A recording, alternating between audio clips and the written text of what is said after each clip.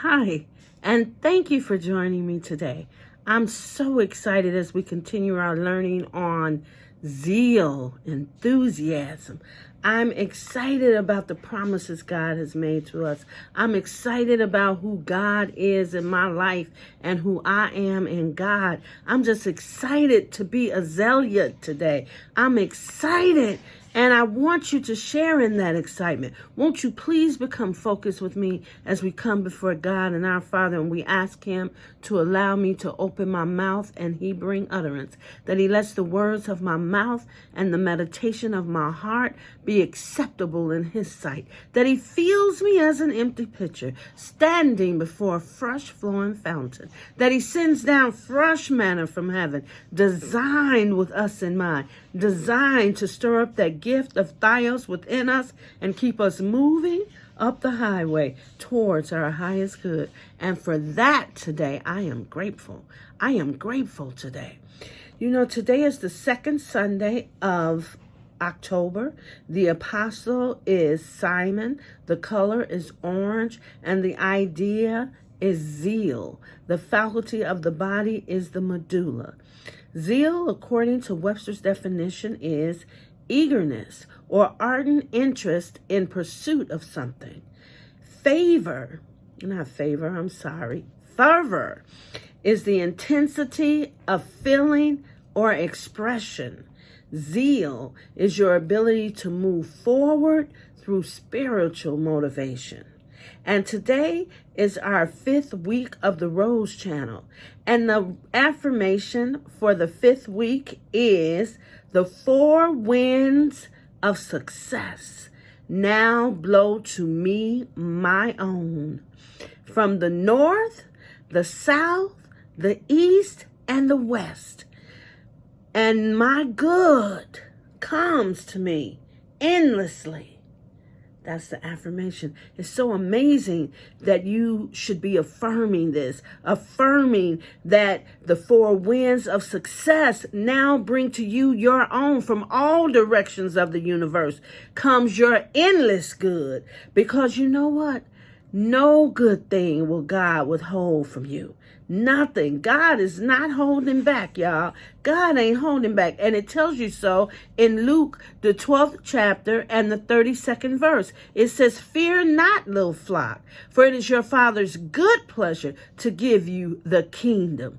God is not holding back anything good from you. He gets great joy and pleasure from being good to us. I want you to understand that he's not holding back. He tells you again in 2 Peter, the 1st chapter and the 3rd verse, according as his divine power has given unto us all things that pertain unto life and godliness, through the knowledge of Him that has called us to His glory. Through the knowledge of Him. That's what's important. The more you know about Him, the more you can do. You know, there's another translation that I like a lot of that same verse. I think it's called the Passion Translation. And it says, everything we could ever need for life and complete devotion to God has already been deposited in us by His divine power. For this was all lavished upon us through the rich experience of knowing Him who has called us by name. He knows us by name. He knows our nature. He knows what we're capable of. He knows what we're thinking. He has called us by name. He has already installed within us all the things that we could ever need for life and complete devotion to Him. It's already there. It's already in us. What is that? That's your Theos. That's when He breathed that breath of life into you and we became living beings. That's that Theos. He wants you to have the kingdom. That's why He gave you the keys. He gave you the keys. He gave you dominion over everything in your world. He gave us that dunamis power, the power of your spoken word. Your words will not return to you void. He told you to be fruitful and to multiply. He told you to control and subdue. He gave you the keys of the kingdom. It tells you that in Matthew 16:19. It says, I will give you the keys of the kingdom of heaven. Whatever you bind on earth will be bound in heaven. Whatever you loose on earth will be loosed in heaven. I'm so enthusiastic about that. What more could he do? What more could he do? See, that's why I'm a zealot.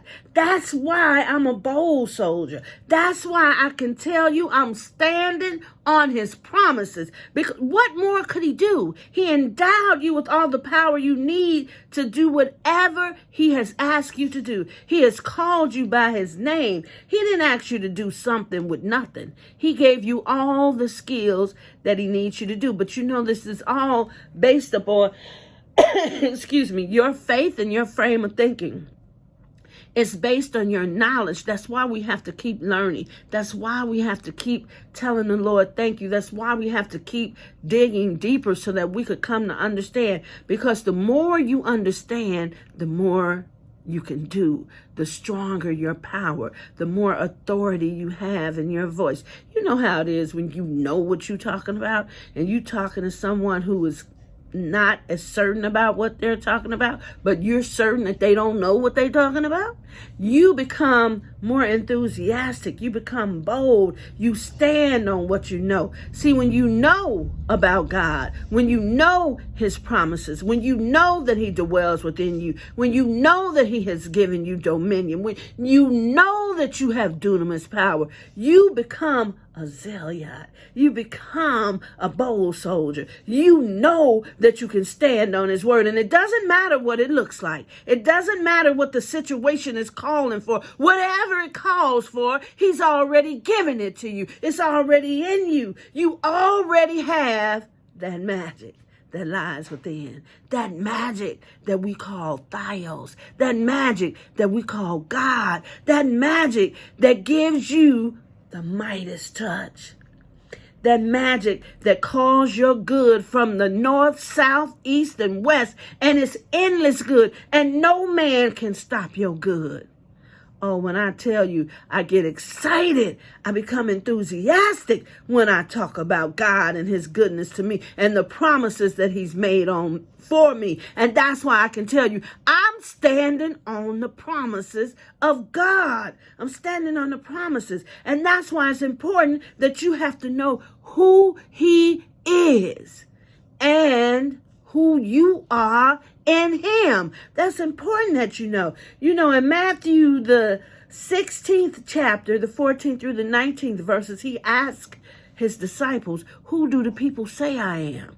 And they start telling him all the things that people say he is. And he said, no. But who do you say I am? And when he said that, then Simon Peter, stepped up and said, you are the Son of God, the Son of a living God. And Jesus knew right away that he didn't know that by the flesh. The flesh didn't reveal that to him, but it could only have been revealed to him by his Father who is in heaven. What does that mean? In order for the Father in heaven to reveal something to you, you have to be connected. You have to nurture that relationship between you, your inner God, and God. You've got to keep the lines of communication open. He said, only my God could have revealed that to you, my Father. And he says, you know what? Because he has revealed that to you, I know that you are blessed.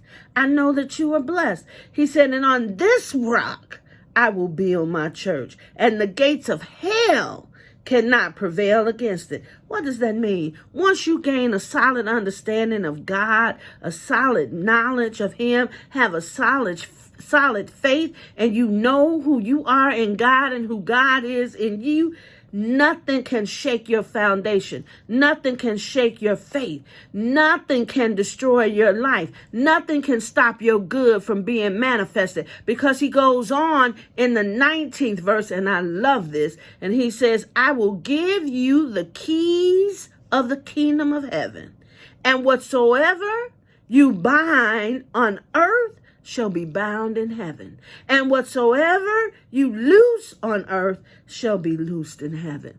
I feel like I want to just drop the mic. What else can he do? What else needs to be said? It's nothing more to say. Once you establish your connection with God and you come to know, you come into the spiritual knowing, the knowledge, the wisdom of who you are in God and who God is in you and who you are with God, baby, you become a Zealot. You become a bold soldier. You become a force to be reckoned with. Yes, and that's who God meant us to be. That's why he gave us dominion. That's why he gave us the keys to the kingdom. That's why he told us to be fruitful and multiply. Why? He wanted us to multiply more like us, which would be making more like him. He told us to control and subdue it. He gave us dominion, y'all. How could you not be zealous about a God who lavished all of that on you from the beginning? From the beginning. He knew your ending before your beginning. He gave you what you need to get through it. Don't get worried by what it looked like. Don't get dismayed by what man say, because God has the final word. God has the final word. I'm excited about that. I'm enthusiastic. I'm zealous about the God I serve. Amen. My prayer for you, as always, is that you remain Christ-centered and you continue to be blessed. Stay connected.